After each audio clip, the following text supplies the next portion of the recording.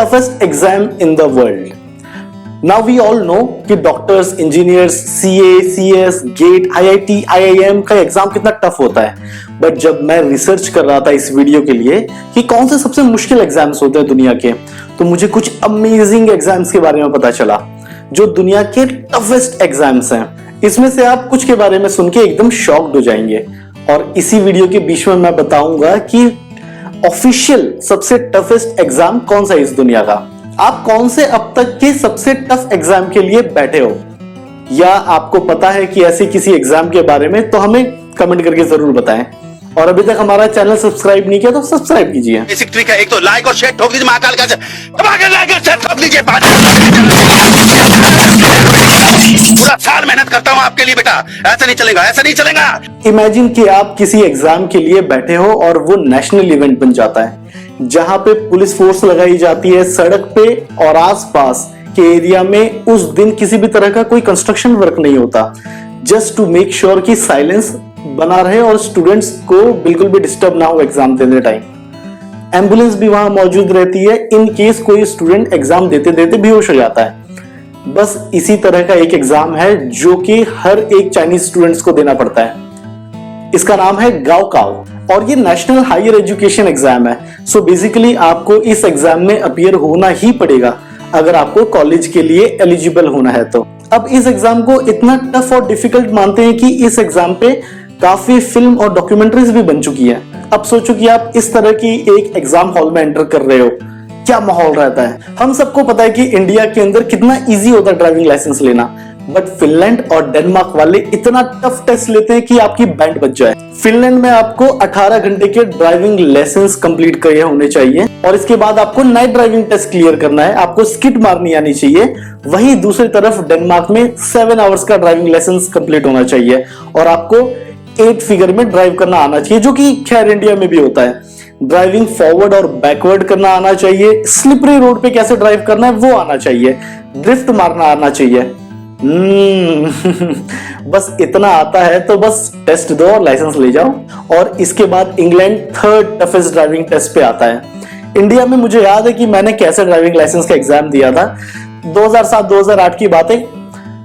मेरे साइड वाले सीट पे एग्जामिनर बैठा था, उसने मुझे गाड़ी में बिठाया, मैंने स्टीयरिंग पे पकड़ा, मैंने एक्सीलेटर पे पैर दबाए और बस 10 मीटर तक मेरी गाड़ी गई। उसने बोला ओके ओके हो गया, बस टेस्ट पास। खैर अब तो काफी चीज बदल गई है, वरना पहले तो बस गांधी जी को दिखाओ और लाइसेंस ले जाओ। आप लोगों में से कई लोग वाइन टेस्टिंग के लिए गए होंगे। दिखने में और करने में बहुत इजी लगता है। बस ग्लास में वाइन को लो, थोड़ा सा ग्लास को स्वर्ल करो और फिर सिप मारो और टेस्ट बताओ। अजीब सा मुंह बना, अच्छा है, वेरी नाइस वाइन।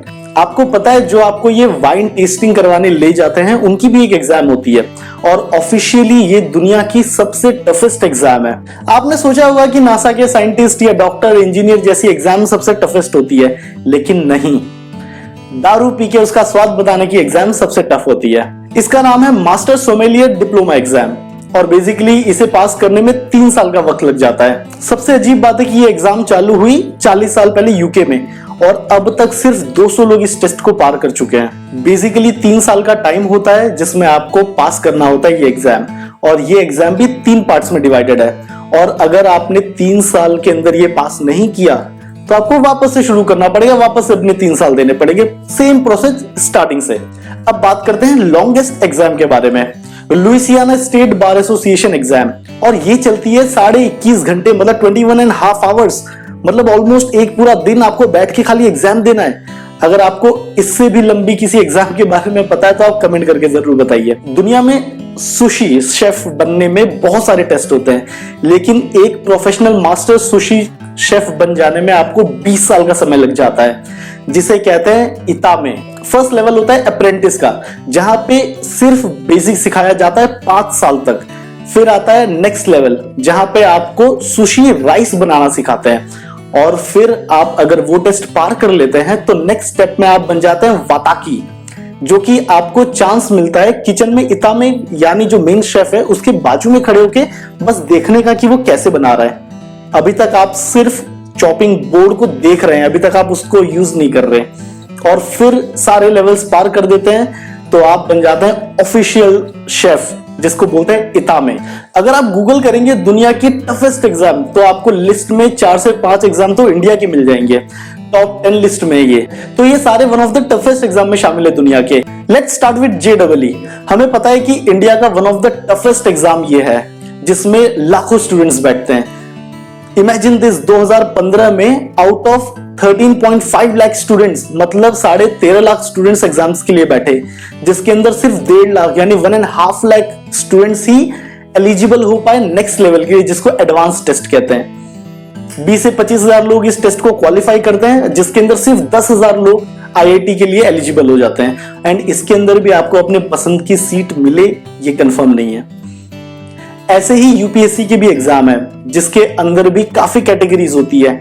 IAS जिसका सक्सेस रेशियो ऑलमोस्ट ना के बराबर है, इसका सक्सेस रेशियो है 0.0015%। मतलब अगर आप 10th फ्लोर के किसी बिल्डिंग से कूद के गिर जाते हैं तो आपके बचने के चांसेस के जो रेशियो है वो ज्यादा है IAS के एग्जाम को पास करने की कंपैरेटिवली। कितना मोटिवेशनल होगा ना अगर आपको पता हो कि आप किसी एग्जाम के लिए बैठे हैं जिसका एवरेज मार्क्स जो आता है वो मोस्टली 0 से 1 के बीच में आता है और जिसका टोटल स्कोर बनता है 120 मार्क्स में से। उतना मैथमेटिकल एग्जाम जो अमेरिका में होता है उसमें कुछ यही हाल है। 6 घंटे की एग्जाम होती है 120 मार्क्स की, जिसमें सिर्फ 20% बच्चे ही 13 से ज्यादा मार्क्स ले आ पाते हैं और मोस्ट ऑफ द बच्चे 0 से 1 के बीच में मार्क्स लाते हैं।